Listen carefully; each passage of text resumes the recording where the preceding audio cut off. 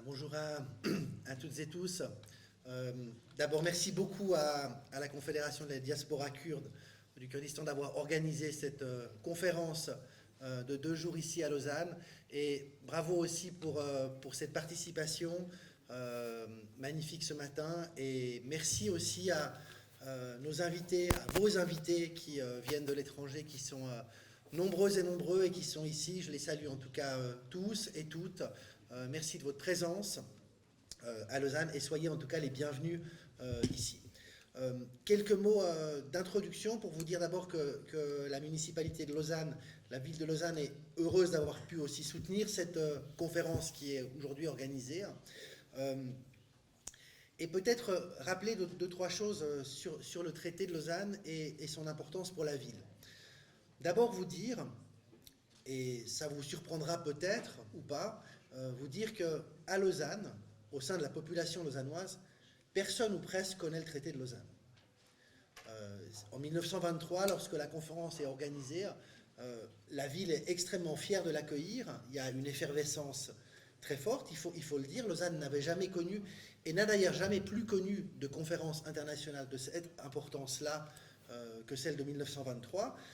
La ville est donc très fière de pouvoir accueillir cette conférence diplomatique. Il y a une immense effervescence, mais aujourd'hui, pour les Lausannoises et Lausannois, personne ou presque ne connaît le traité de Lausanne.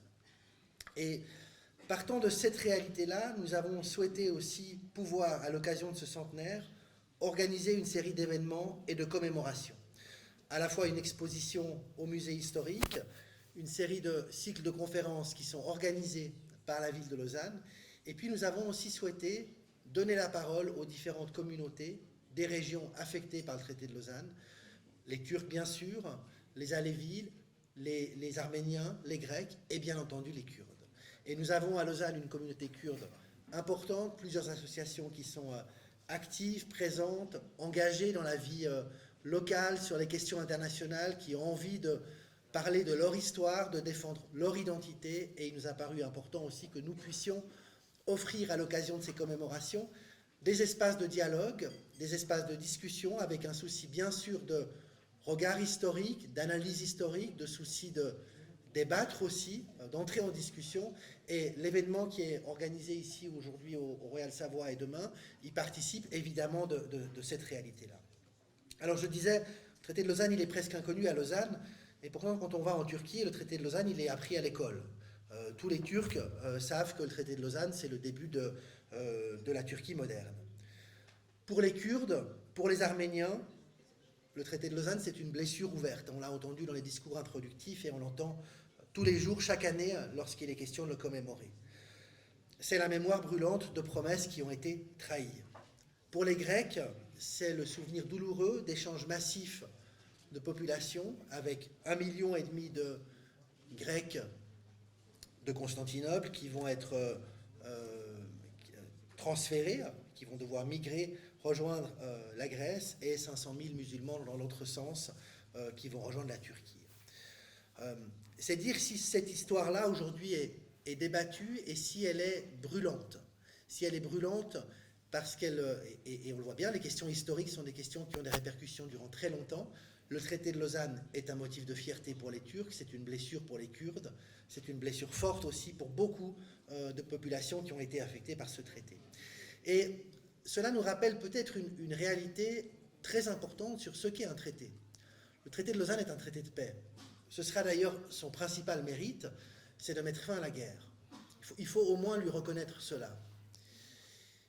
Mais qui dit traité de paix ne dit pas traité égalitaire. Et c'est peut-être la clé de cette affaire-là. Ce traité de Lausanne nous rappelle que tout traité de paix est d'abord le résultat d'un rapport de force. Pour les Turcs, le traité de Sèvres, qui ne sera jamais d'ailleurs ratifié, c'est une humiliation. Pour les Turcs, pour les Kurdes, c'est la promesse d'un État, enfin. Et évidemment, au moment où le traité de Lausanne, où la conférence de Lausanne débute, le rapport de force a complètement changé, le rapport de force militaire a changé. On n'est plus en 1920. La Turquie a repris des positions et arrive en position de force à Lausanne pour négocier des conditions qui vont lui être beaucoup plus favorables qu'elles n'ont été au traité de Sèvres. Et évidemment, si pour la Turquie, c'est une revanche, le traité de Lausanne, c'est le début d'un État moderne, d'un État laïque, d'un État indépendant, d'un État nationaliste aussi. Je pense que c'est très important de ne jamais l'oublier. Le traité de Lausanne, c'est aussi un peu l'époque qui veut ça, mais pour la Turquie, il s'appuie sur un nationalisme extrêmement fort. C'est ce nationalisme-là qui a nourri la fondation de la Turquie moderne, et c'est ce nationalisme-là, aujourd'hui encore, et on voit à quel point cette question est présente aujourd'hui dans les élections turques, de tous les côtés d'ailleurs, à quel point ce nationalisme est une question qui empoisonne la discussion sur le respect des minorités, sur le respect des communautés d'ailleurs, peut-être plus que de minorités, on devrait parler de communautés. Cette difficulté qu'a un pays comme la Turquie, mais c'est vrai d'autres États aussi dans la région et dans lesquels vivent les Kurdes, de la difficulté qu'a un État à reconnaître la possibilité de vivre en paix, de vivre en harmonie, tout en respectant des langues, des cultures, des origines, des religions différentes. Pourquoi est-ce qu'on ne pourrait pas vivre ensemble avec différentes religions? Ça a toujours été possible, ça l'a été d'ailleurs aussi dans les régions affectées par le traité de Lausanne. De ce point de vue-là, le traité marque effectivement une rupture, ce début du nationalisme qui est un élément qui va durablement pourrir, on peut le dire, les relations qu'on peut entretenir au sein d'un même État entre différentes communautés, majorité et minorité, mais au-delà de ça, entre différentes communautés. Alors je le disais, si le traité de Lausanne, effectivement, est le résultat d'un rapport de force favorable à la Turquie, eh bien, le traité de Lausanne, il va faire le silence sur les crimes de l'Empire ottoman, vis-à-vis des Arméniens notamment. Il va mettre fin à tout espoir de territoire indépendant pour les peuples kurdes et arméniens. S'il va dessiner les frontières de la Turquie moderne, il va aussi effacer les frontières qui avaient été dessinées dans le traité de Sèvres et conduire, je l'ai dit avant, à des transferts massifs de population. C'est dire si cette question-là est aujourd'hui importante et si ce traité pose des questions qui sont aujourd'hui d'actualité et dont on voit bien les conséquences et l'importance historique. Ces questions, elles sont assez simples finalement et elles sont universelles. Elles traversent toute l'histoire de l'humanité. Quand on signe un traité de paix, quelle place est-ce qu'on doit laisser aux perdants? Comment est-ce qu'on doit régler la question des minorités? On voit bien aujourd'hui, si on regarde le conflit ukrainien, que la paix aujourd'hui est sans doute difficile, mais un jour elle va arriver, cette paix. Comment est-ce qu'on va la régler? Comment est-ce que la paix, au-delà de mettre fin à la guerre, permettra ensuite aux différentes communautés, aux populations qui se sont fait la guerre, de continuer à bien vivre ensemble? Ces questions-là sont des questions fondamentales.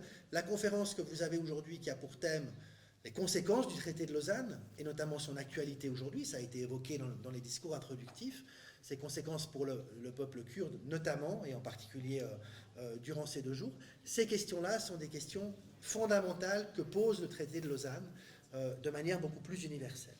Et j'aimerais peut-être dire, et je conclurai là-dessus, que la Suisse est un pays qui a une histoire extrêmement différente. Nous sommes un pays fédéraliste qui s'est construit sur un moment l'envie de se défendre ensemble, mais c'est un pays qui, évidemment, a un regard apaisé, plus apaisé que beaucoup d'autres sur les questions d'identité multiple, de capacité à être fier de son pays, fier du lieu où l'on vit, sans avoir à renier ses racines, sa langue maternelle, sa culture et sa religion.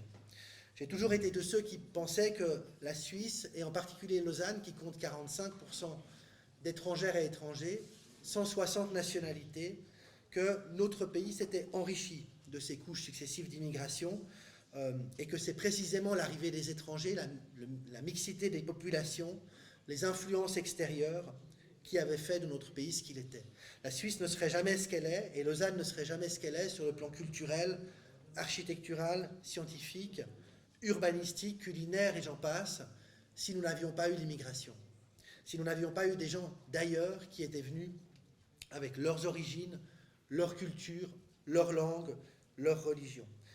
Une frontière, elle va évidemment tracer un territoire, elle va définir les limites d'une communauté, et sans doute qu'on en a besoin pour vivre ensemble et partager son destin, mais nous devons aussi considérer la frontière comme un facteur d'identité et comme une limite qui soit aussi hospitalière, garante de diversité. Voilà, j'aimerais terminer sur ces quelques mots en disant que en 1923, le traité de Lausanne a eu comme effet de déplacer des populations, d'homogénéiser les territoires et les populations. Aujourd'hui, 100 ans plus tard, c'est sous le signe de la diversité des cultures, du respect des minorités et de la capacité à toutes et tous vivre ensemble que nous souhaitons guider ces commémorations. Je vous souhaite une bonne conférence à toutes et tous et je vous remercie encore une fois de votre présence et de votre participation. Merci beaucoup.